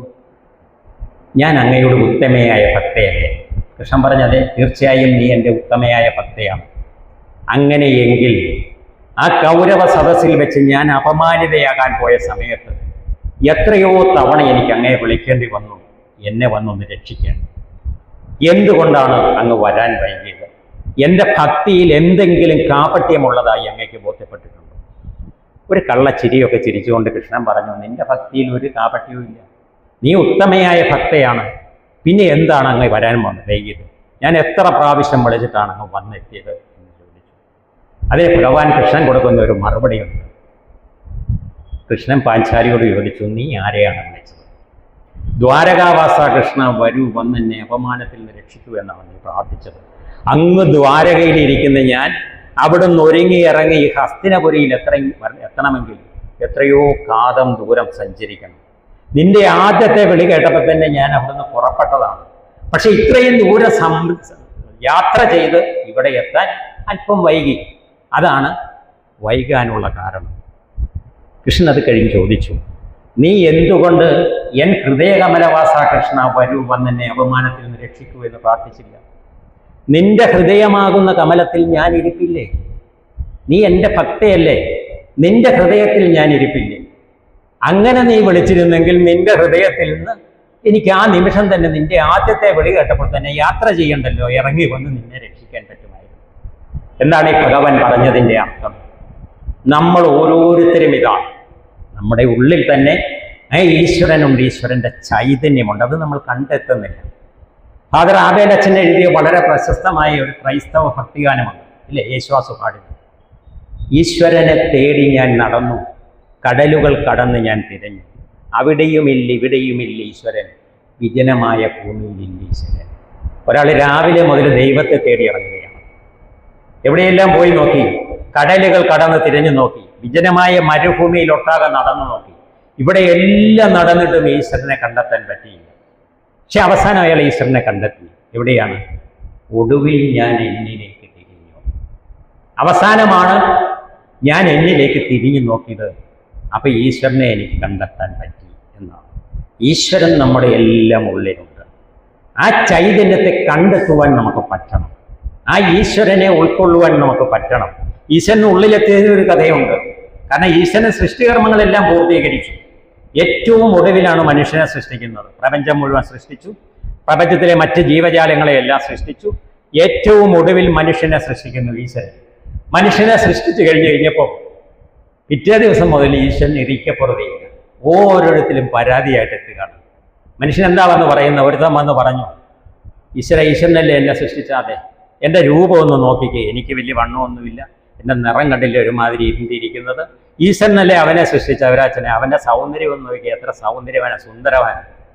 ഈശ്വരൻ എന്തൊരു തോന്നിയാസ കാണിച്ചു എന്നെ ഇത്രയും മോശപ്പെട്ടത്. അപ്പോൾ ഇതാ ഒരു ലേഡി പരാതിയായിട്ട് വന്നിരിക്കുന്നു, ഈശ്വരൻ എന്നെ സൃഷ്ടിച്ചല്ലാതെ അവളെ നോക്കാം, അവൾക്ക് എന്തുമാത്രം നീളത്തിൽ പനങ്കല പോലെ മുടി കൊടുത്തിട്ടുണ്ട്, അവിടെ കണ്ണിലേക്ക് ഒന്ന് നോക്കാം, അവിടെ മുഖത്തേക്ക് ഒന്ന് നോക്കാം, എന്തൊരു ചൈതന്യമാണ്, എനിക്ക് ഇച്ചിരി കോങ്കണ്ണൊക്കെ ഇല്ലേ, ഈശ്വരൻ എന്നോട് തോന്നിയാസല്ലേ കാണിച്ചത്. എല്ലാവരും ചെന്ന് പരാതിയാണ്, ആരും പൂർണ്ണ തൃപ്തരില്ല. ഒടുവിൽ ഈശ്വരൻ സഖി കെട്ടി മനുഷ്യരെ കൊണ്ട്. അപ്പൊ ഈശ്വരൻ ഇങ്ങനെ ഇരുന്ന് ആലോചിക്കണം. അപ്പം വളരെ ബുദ്ധിമാനായ ഒരാളുണ്ടായിരുന്നു, അതിന് വലിയ സൗന്ദര്യമുള്ള ആളൊന്നുമില്ല. അദ്ദേഹം ഈശ്വരൻ ഒരു ബുദ്ധി ഉപദേശിച്ച് കൊടുത്തു എന്നാണ് പറഞ്ഞത്. ഈശ്വരൻ പറഞ്ഞ് എനിക്ക് എവിടെയെങ്കിലും ഒന്ന് പോയി ഒളിക്കണം, ഞാൻ ഈ പ്രപഞ്ചത്തിൽ എവിടെ പോയി ഒളിച്ചാലും ഈ മനുഷ്യനെ കണ്ടുപിടിക്കാൻ പറ്റും, അവിടെ വന്ന് എന്നോട് ഈ പരാതി പറയും, എവിടെ ഞാൻ പോയി ഒളിക്കുമെന്ന് ചോദിച്ചു. അപ്പൊ ഈ ബുദ്ധിമാനായ മനുഷ്യൻ ഈശ്വരൻ്റെ ഉപദേശം കൊടുത്തു, അങ്ങ് ഒരു കാര്യം ചെയ്യും, അങ്ങ് സൃഷ്ടിച്ച് ഈ മനുഷ്യരിൽ അവരുടെ ഹൃദയത്തിൽ കയറി അങ്ങ് ഒളിച്ചു, പിന്നെ അങ്ങേക്ക് ഒരു ശല്യം ഉണ്ടാവില്ല. കേട്ടപ്പോൾ ഈശ്വരനും കത്തി, ശരിയാണല്ലോ. ഈശ്വരൻ എന്ത് ചെയ്തു? മനുഷ്യൻ്റെ ഹൃദയത്തിൽ കയറി ഒളിച്ചു, പിന്നെ ശല്യം വല്ലതും ഉണ്ടായിട്ടുണ്ടോ? ഒന്നുമില്ല. കാരണം നമ്മളാരും നമ്മുടെ ഉള്ളിലേക്ക് നോക്കിയല്ല, നമ്മൾ പുറത്തേക്ക് നോക്കിയേ പറയുള്ളൂ അല്ലേ. അവിടെ എന്തോ മേടിച്ചു, എൻ്റെ അയൽവക്കത്തെ വീട്ടിൽ നല്ലൊരു കാറ് മേടിച്ചിട്ടുണ്ട്, എനിക്ക് അതിനെ കഴിഞ്ഞും കൂടി ഒരു കാറ് മേടിക്കണം. അവൻ വലിയൊരു വീട് പണിതിട്ടുണ്ട്, എനിക്ക് അതിനെ കഴിഞ്ഞും കൂടി ഒരു വീട് പണിയണം. നമുക്കാർക്കും നമ്മളെക്കുറിച്ച് ചോദിച്ചാൽ എന്തെങ്കിലും പറയാനുണ്ടോ? ഇല്ല. ഞാൻ നിങ്ങളുടെ ഒരാളുടെ നിങ്ങൾ ആരാണെന്ന് ചോദിച്ചാൽ ഞാൻ ഇന്നയാളാണ്, എൻ്റെ അച്ഛൻ്റെ പേരിനാണ്, എൻ്റെ അമ്മയുടെ പേരിന്നതാണ്, എൻ്റെ ഭാര്യയുടെ പേരിനാണ്, എൻ്റെ മക്കൾ ഇന്നൊരെയൊക്കെ ചെയ്യുന്നു, തീർന്നു നിങ്ങളെക്കുറിച്ചുള്ള ഹിസ്റ്ററി നിങ്ങൾക്ക് പറയാം. ഞാനത് കഴിഞ്ഞ് നിങ്ങളോട് ചോദിക്കുകയാണ്, നിങ്ങളുടെ അടുത്തിരിക്കുന്ന മാത്യു സാറിനെ കുറിച്ചൊന്ന് പറയാമോ? മാത്യു സാർ ആരാണ്, പുള്ളി എന്താണ്? അപ്പോൾ എന്നോട് ചോദിക്കും, സാറിന് നിൽക്കാൻ നേരമുണ്ടോ, ഇരിക്കാൻ നേരമുണ്ടോ, ഇച്ചിരി ചരിത്രം പറയാനുണ്ട്, അങ്ങേരുടെ കുടുംബ ചരിത്രം കേൾക്കണം, അത് ഒരു ദിവസം ഒന്നും പറഞ്ഞാൽ തീരെയല്ല സാറേ എന്ന് പറയും. ഇതാണ് നമ്മൾ മനുഷ്യർ. നമ്മളെക്കുറിച്ച് നമുക്കൊന്നുമില്ല, മറ്റുള്ളവരെ കുറിച്ച് നമ്മൾ എന്തും ഏതും എല്ലാം പറയും. ഇതാണ് നമ്മുടെ മനുഷ്യരുടെ സ്വഭാവം എന്ന് പറയുന്നത്.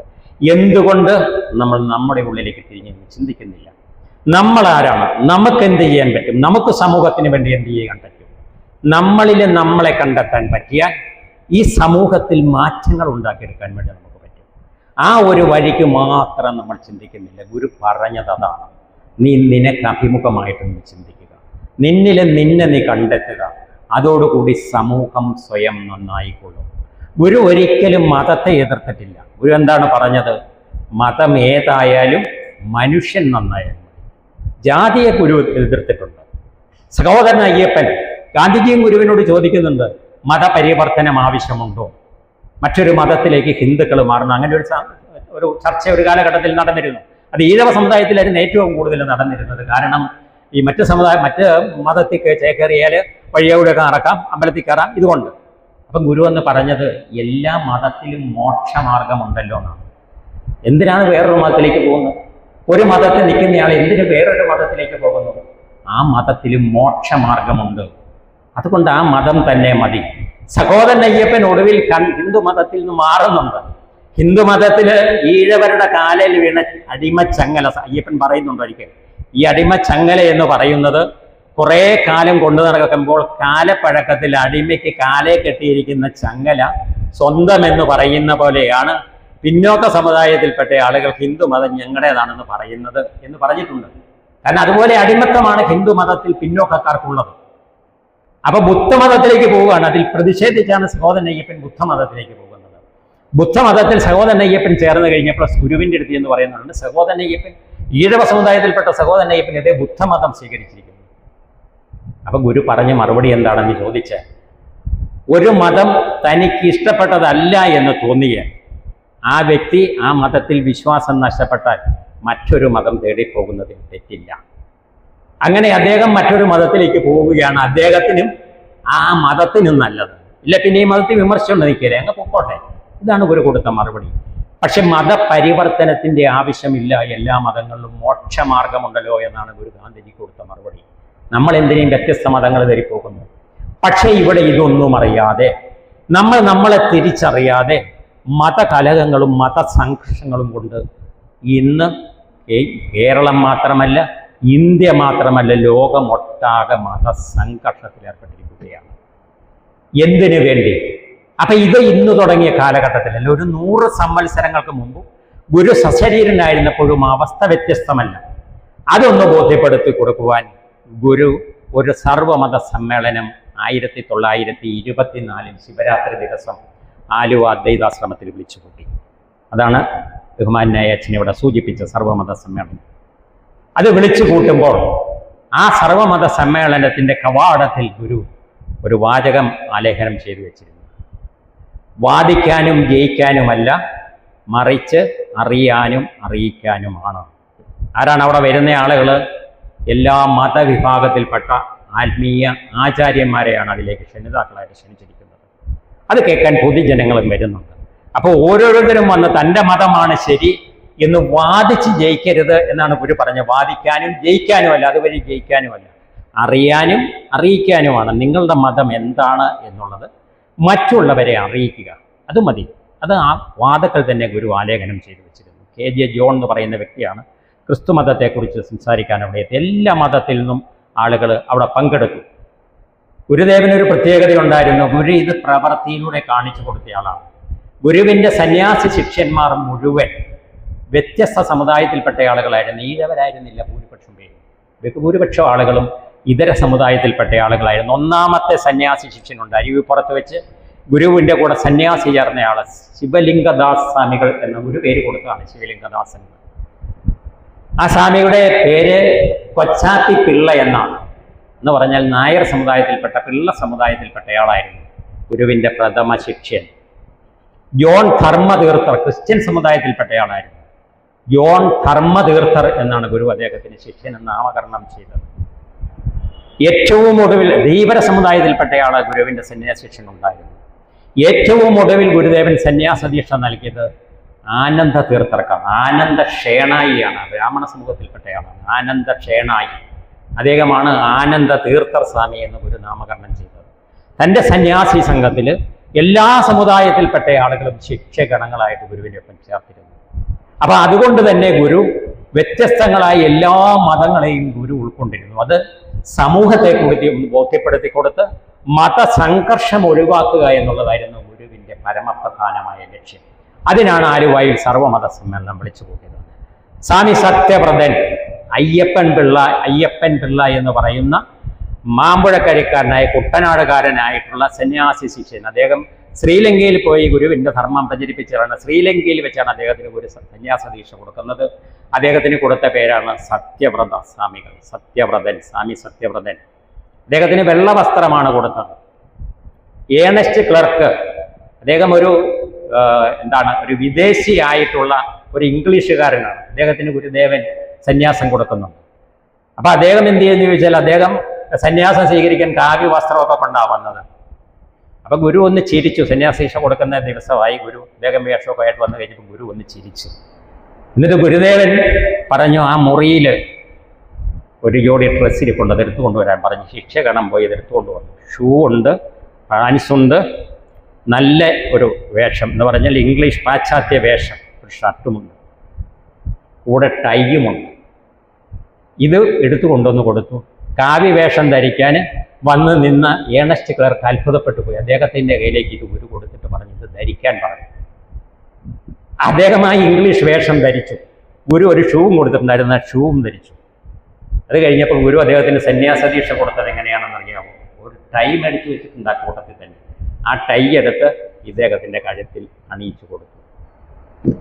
സ്വാമി ഏണസ്റ്റ് ക്ലർക്ക് ഒരു നാമകരണം ചെയ്ത് അദ്ദേഹത്തിൻ്റെ പേര് തന്നെ, അദ്ദേഹത്തിൻ്റെ വേഷം തന്നെ അദ്ദേഹത്തിന് സന്യാസം. ഇതാണ് ഗുരുവിൻ്റെ വിശാലത. അപ്പൊ ഈ സ്വാമി സത്യവ്രതനായിരുന്നു ആലുവ അദ്വൈതാശ്രമത്തിൻ്റെ ഈ സർവമത സമ്മേളനത്തിൻ്റെ സംഘാടകനും. അദ്ദേഹമാണ് സ്വാഗത പ്രസംഗം നടത്തിയത്. 2 ദിവസം നീണ്ട, അത് ലോകത്തിലെ ആദ്യത്തെ സർവമത സമ്മേളനമായിരുന്നു. രണ്ടാമത്തെ എന്നൊക്കെ ചില ചരിത്രകാരന്മാർ രേഖപ്പെടുത്തിയിട്ടുണ്ട്. വിവേകാനന്ദ സ്വാമി പങ്കെടുത്ത അമേരിക്കയിൽ നടന്നതാണ് ആദ്യത്തെ സർവമത സമ്മേളനമെന്ന്. പക്ഷേ യഥാർത്ഥത്തിൽ ഇത് സർവമത സമ്മേളനമായിരുന്നില്ല, ഹിന്ദു സമ്മേളനമായിരുന്നു. ഇവിടെ നടന്നതാണ് യഥാർത്ഥത്തിൽ സർവമത സമ്മേളനം, എല്ലാ മതത്തിൽപ്പെട്ട ആളുകളും പങ്കെടുത്ത സമ്മേളനം. ആ ആദ്യത്തെ സർവമത സമ്മേളനത്തിൽ സ്വാഗത പ്രസംഗം നടത്തിയത് ഈ സ്വാമി ധർമ്മവ്രതനാണ്, സത്യവ്രതനാണ്. അപ്പൊ അദ്ദേഹം അവിടെ സ്വാഗത പ്രസംഗം നടത്തി. എല്ലാ മതത്തിൽപ്പെട്ട നേതാക്കന്മാരും ആത്മീയാചാര്യന്മാരും അവിടെ വന്നു നിന്ന് അവരവരുടെ മതത്തെക്കുറിച്ച് പറഞ്ഞു. ഒടുവിൽ അത് കൺക്ലൂഡ് ചെയ്യപ്പെട്ടു. ഇതെല്ലാം മതങ്ങളെക്കുറിച്ചുള്ള കാര്യങ്ങൾ മുഴുവൻ കേട്ട് കഴിഞ്ഞപ്പോൾ ഒരു കാര്യം അവിടെ ഇരുന്ന സദസ്യർക്കും അതിൽ പങ്കെടുക്കാൻ എത്തിച്ചേർന്ന പ്രഭാഷകർക്കും അല്ലെങ്കിൽ ആത്മീയ നേതാക്കന്മാർക്കും ഒരു കാര്യം ബോധ്യപ്പെട്ടു. എല്ലാ മതത്തിൻ്റെയും സന്ദേശം ഒന്ന് തന്നെയാണ്, ഈശ്വര സാക്ഷാത്കാരം. അത് ഓരോരുത്തരും ആ മതത്തിലൂടെ ചില കർമ്മപത്രമില്ല, ചില ആചാര അനുഷ്ഠാനങ്ങൾ പ്രത്യേകമായി കാണിച്ചിട്ടുണ്ടെന്നേ ഉള്ളൂ. ലക്ഷ്യമെന്താണ്? ഒന്ന് തന്നെ. എവിടെ ചെല്ലുന്നു? ഈശ്വരനിലേക്ക് എത്തിച്ചേരുന്നു. അപ്പം ആ ഗുരുദേവൻ ആ യോഗത്തെ കൺക്ലൂഡ് ചെയ്തു. അതിനകത്ത് ബോധ്യപ്പെട്ട കാര്യം പല മതസാരവും ഏകം, എല്ലാ മതങ്ങളുടെയും സാരം ഒന്ന് തന്നെ. ഗുരു തന്നെ അവസാനം കൺക്ലൂഡ് ചെയ്ത് പറഞ്ഞു, എല്ലാ മതങ്ങളുടെയും സാരം ഒന്ന് തന്നെ എന്ന് പങ്കെടുത്ത് എല്ലാവർക്കും ബോധ്യപ്പെട്ടിരിക്കുന്നു. അതുകൊണ്ട് നാം ഒരു കാര്യം നിശ്ചയിച്ചിട്ടുണ്ട്. ശിവഗിരിയിൽ നാം ഒരു ബ്രഹ്മവിദ്യാലയം പണിയുന്നുണ്ട്. ആ ബ്രഹ്മവിദ്യാലയത്തിൽ എല്ലാ മതങ്ങളുടെയും കൃതികൾ, ആത്മീയ ഗ്രന്ഥങ്ങൾ അവിടെ പഠിപ്പിക്കുവാനുള്ള സംവിധാനം ഏർപ്പെടുത്തുന്നതാണ്. ഗുരു അത് സാധിക്കുകയും ചെയ്യും. എല്ലാ മതങ്ങളെക്കുറിച്ചും ശിവഗിരിയിൽ പഠിപ്പിക്കുന്നുണ്ട്. ഓരോ മതത്തിൻ്റെയും അന്തസത്ത എന്താണ് അത് എല്ലാവരെയും പഠിപ്പിക്കുകയാണ്. ഇത് പഠിച്ചു കഴിയുമ്പോൾ തന്നെ സത്യത്തിൽ മതകലഹത്തിന് പിന്നെ പ്രസക്തിയില്ല എന്ന് വരും. 924 നടന്ന ആ സർവമത സമ്മേളനത്തിന്റെ ശതാബ്ദി ഇപ്പോൾ 2025 100 സംവത്സരം തികഞ്ഞു. അതിൻ്റെ ആഘോഷം വേൾഡ് തലത്തിൽ, ലോകതലത്തിൽ ആദ്യമായിട്ട് നടത്തിയത് വത്തിക്കാനിൽ വെച്ചാണ്.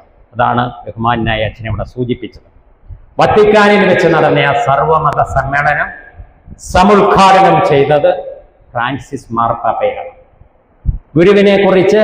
ഗുരുവിനെക്കുറിച്ചുള്ള എല്ലാ വിവരങ്ങളും ശേഖരിച്ച് അതിന് അവിടെ അത് സംഘടിപ്പിക്കുന്നതിനും ക്രോഡീകരിക്കുന്നതിനും നേതൃത്വം കൊടുത്തത് ഒരു ബഹുമാനപ്പെട്ട അച്ഛനുണ്ട്, ചങ്ങനാശ്ശേരിക്കാരനായ ഒരച്ഛൻ. ഫ്രാൻസിസ് മാർപ്പാപ്പയുടെ പ്രൈവറ്റ് സെക്രട്ടറിയാണ് അച്ഛനാണ്.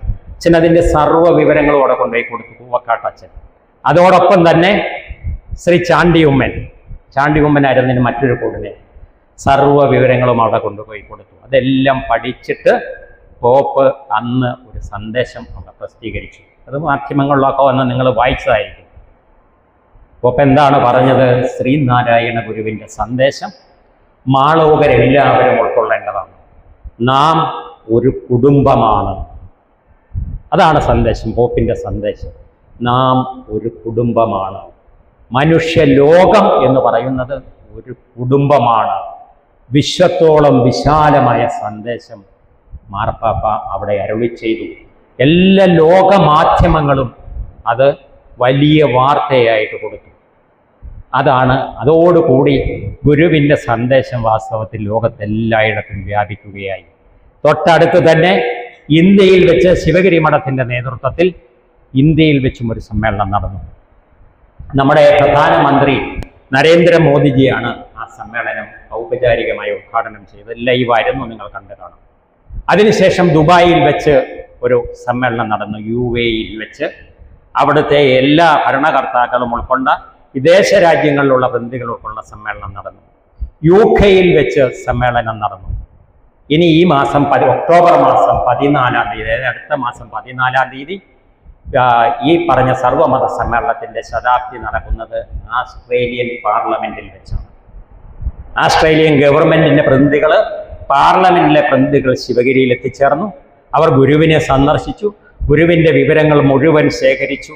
ആസ്ട്രേലിയയിൽ വെച്ച് ഈ സന്ദേശങ്ങൾ ഉൾപ്പെടുത്തിക്കൊണ്ടുള്ള ഒരു സർവമത സമ്മേളനത്തിൻ്റെ ശതാബ്ദി നടത്തുവാൻ തീരുമാനമെടുത്ത ആസ്ട്രേലിയൻ പാർലമെന്റാണ് അതിൻ്റെ കോർഡിനേഷൻ നിർവഹിക്കുന്നതും അതിൻ്റെ സാമ്പത്തിക ക്രമീകരണങ്ങൾ നടത്തുന്നതും എല്ലാം. 14-ാം തീയതി സന്യാസി ശ്രേഷ്ഠന്മാരുൾപ്പെടെ വിവിധ രാജ്യങ്ങളിൽ നിന്ന് വിവിധ മതമേലധ്യക്ഷന്മാർ അവിടെ എത്തിച്ചേരുകയാണ്. ചിറമേലച്ഛൻ ഉൾപ്പെടെയുള്ള അച്ഛന്മാർ വന്നിരുന്നു വത്തിക്കാനിൽ. ഒരുപാട് മലയാളി വൈദികരെത്തിയിട്ടുണ്ടായിരുന്നു. അപ്പം ഞാൻ പറഞ്ഞത്, അങ്ങനെ ആസ്ട്രേലിയയിലേക്കും എത്തിച്ചേരുകയാണ് വിവിധ രാജ്യത്തിൽ നിന്നുള്ള പ്രതിനിധികൾ. എന്താണ്? സന്ദേശം അറിയുന്നതിന് വേണ്ടി. അപ്പം ആ ഗുരുവിൻ്റെ ദർശനം ലോകവ്യാപകമായിട്ട് പ്രചരിക്കുകയാണ്, പ്രചാരം നടത്തിക്കൊണ്ടിരിക്കുകയാണ് ഇപ്പോൾ. ആ ഗുരുവിൻ്റെ ഈ സന്ദേശം സമൂഹത്തിൽ പ്രാവർത്തികമായ, ലോകത്തിൽ പ്രാവർത്തികമായ ഇന്നത്തെ ഈ മതകലഹങ്ങളോ പ്രശ്നങ്ങളോ ലോകത്തുണ്ടാവുകയില്ല എന്നുള്ളതാണ് വാസ്തവം. അതറിയുവാൻ നമ്മൾ തയ്യാറായാൽ മതി. നമ്മുടെ അടുത്ത തലമുറയെ നമ്മളത് പഠിപ്പിച്ചാൽ മതി. നമുക്കൊക്കെ മതചിന്താഗതിയുണ്ട്, ഈശ്വര ചിന്താഗതിയുണ്ട്. ഞാൻ ഒരു കാര്യം പറയട്ടെ, ഞാൻ എന്തുകൊണ്ടൊരു ഈഴവനായി?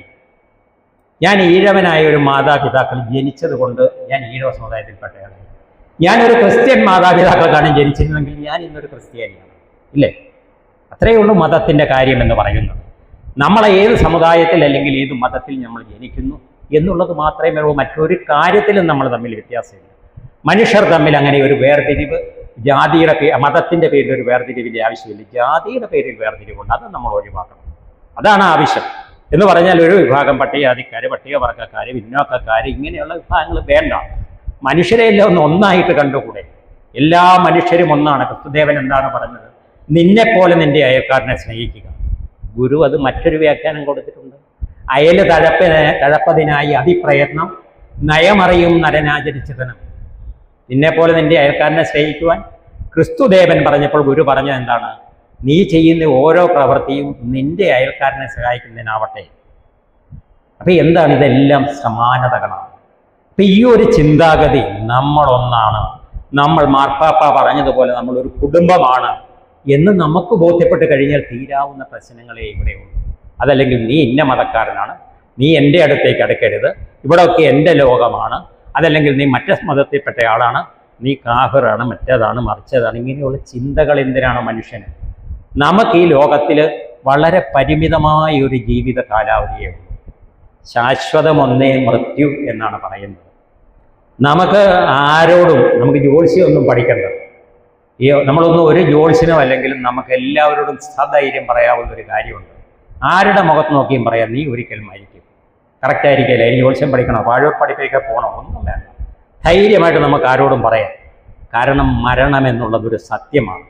ഈ മരണത്തിനും നമ്മുടെ ജനനത്തിനും ഇടയ്ക്കുള്ള ഹ്രസ്വമായ ഒരു സമയമാണ് നമുക്ക് മനുഷ്യ ജീവിതത്തിന് വേണ്ടി ലഭിക്കുന്നത്. ആ സമയത്ത് എന്തുകൊണ്ട് നമുക്ക് പരസ്പരം സ്നേഹിച്ചുകൂടാ? എന്തുകൊണ്ട് നമുക്ക് പരസ്പരം സഹകരിച്ചുകൂടാ? എന്തുകൊണ്ട് നമുക്ക് സുഖകരമായ ഒരു കുടുംബജീവിതം അല്ലെങ്കിൽ സാമൂഹ്യ ജീവിതം നയിച്ചുകൂടാ? എൻ്റെ ചെറുപ്പകാലത്ത്, നിങ്ങളുടെ ചെറുപ്പകാലത്ത് നിങ്ങൾക്ക് അത് അനുഭവമാണ്. ഇവിടുത്തെ ഏറ്റവും ജൂനിയർ ആരാന്ന് ചോദിച്ചാൽ പ്രിൻസ് അച്ഛനാണ്, ഇല്ലേ? ബാക്കിയൊക്കെ ഞങ്ങളെയൊക്കെ തലമുറയെടുത്ത് ഇങ്ങോട്ട് നോക്കിക്കഴിഞ്ഞാൽ എന്താണ് അവസ്ഥ? ഞങ്ങളൊക്കെ വീട്ടിൽ നേരത്തെ പെരകെട്ടുന്ന എന്നൊക്കെ പറഞ്ഞൊരു ജോലി ഉണ്ടായിരുന്നു. ഞങ്ങളൊക്കെ പെരയൊക്കെ എന്ന് ഓടൊന്നും ആയിട്ടില്ല, ഓല മേഞ്ഞത്. പെരകെട്ടുന്നത് എങ്ങനെയാണ്? നമ്മൾ ഓലയൊക്കെ വെട്ടിക്കൊണ്ടുവന്നിട്ട് പൂണ്ടനൊക്കെ കൂട്ടി കപ്പയൊക്കെ വെച്ച് ഇറച്ചിയൊക്കെ മേടിച്ച് കറിയൊക്കെ വെച്ച് ഞങ്ങൾ കൂട്ടും. പക്ഷേ അതുപോലെ കഴിഞ്ഞ് നമുക്ക് എന്തെങ്കിലും അത് വന്ന് കൂട്ടുന്ന ആരൊക്കെയാണ്? അയൽപക്കത്തുള്ള എല്ലാവരും വരും. എല്ലാ ജാതിയിൽപ്പെട്ട ആൾക്കാരും എല്ലാ മതത്തിൽപ്പെട്ട ആൾക്കാരും വരും. അവിടെയൊന്നും നമുക്ക് ജാതി വ്യത്യാസമില്ല, മതവ്യത്യാസമില്ല. എല്ലാവരും വന്ന് സഹകരിക്കും. ഒന്നിച്ചാണ് കൂന്തൻ എന്നുണ്ടായത്. നമ്മൾ എല്ലാവരും കൂടെ കൂടി സഹകരിച്ച് ചെയ്യും. വീട്ടിൽ എന്തെങ്കിലും ഒരു കുറവ് വന്നാൽ, മുളകില്ലെന്ന് വന്നാൽ, മല്ലിയില്ലെന്ന് വന്നാൽ നമ്മൾ എന്ത് ചെയ്യും? ഇച്ചിരി മുളക് അമ്മ എന്നെ പറഞ്ഞ് അയൽപക്കത്ത് വിട്ടിട്ടുണ്ട്, അവിടെ ഒരു 10 പത്തലമുളക് മേടിച്ചുകൊണ്ട് വന്നു പറയും. അല്ലെങ്കിൽ ഈ ഇത് കൊണ്ടുപോയി മണ്ണെണ്ണ മേടിച്ചുകൊണ്ട് വരാൻ പറയും. ഇല്ല വെളിച്ചെണ്ണ മേടിച്ചുകൊണ്ട് വരാൻ പറ്റും. ഇന്ന് ആരെങ്കിലും പോകും? ഏതെങ്കിലും ഒരു കുടുംബം. അതൊക്കെ ഒരു കുടുംബ ബന്ധമായിരുന്നു, ഇല്ലേ? ഏതാ ഒരു മണ്ണെണ്ണയുടെ ബന്ധം, അല്ലെങ്കിൽ 10 പത്തലമുളകിൻ്റെ ബന്ധം, തിരിച്ചങ്ങോട്ട് കൊടുക്കുന്നു, കടം വീട്ടുന്നു. എന്തൊരു സൗഹൃദമായിരുന്നു. ഇന്നതൊക്കെ പോയി. മുമ്പേ നമ്മൾ പറഞ്ഞാൽ ഒറ്റപ്പെട്ട ജീവിതമായി. നമ്മുടെയൊക്കെ മക്കളും നമ്മളും ഗൂഗിളിലേക്ക് ചേക്കേറി. മൊബൈലാണ് ഇന്ന് നമ്മുടെ പ്രധാന ആയുധം. ഇതില്ലാതെ നമുക്കൊരു ജീവിതമില്ല. നമ്മൾ ഇത് വെച്ചുകൊണ്ട് നമ്മുടെ വീട്ടിൽ ആരെങ്കിലും വന്നാൽ അവരെ ഒന്ന് സ്വീകരിക്കാൻ പോലും നമുക്ക് സമയമില്ല. ആ ഒരു ലോകത്തിലേക്ക് എന്ന് പറഞ്ഞാൽ കമ്പ്യൂട്ടർ യുഗത്തിൽ നിന്ന് ഈ ഒരു പറഞ്ഞ ലോകത്തിലേക്ക് നമ്മൾ എത്തിച്ചേർന്നിരിക്കുന്നു. നമുക്കൊന്നുകൂടാനും ഒത്തുചേരാനും സഹവസിക്കാനും പറ്റിയാൽ ഇവിടുത്തെ സമസ്ത പ്രശ്നങ്ങൾക്കും പരിഹാരമായി. അതാണ് ഗുരുവിൻ്റെ ദർശനം. ഞാൻ അവസാനിപ്പിക്കുന്നു. അല്പം നീണ്ടുപോയി എന്ന്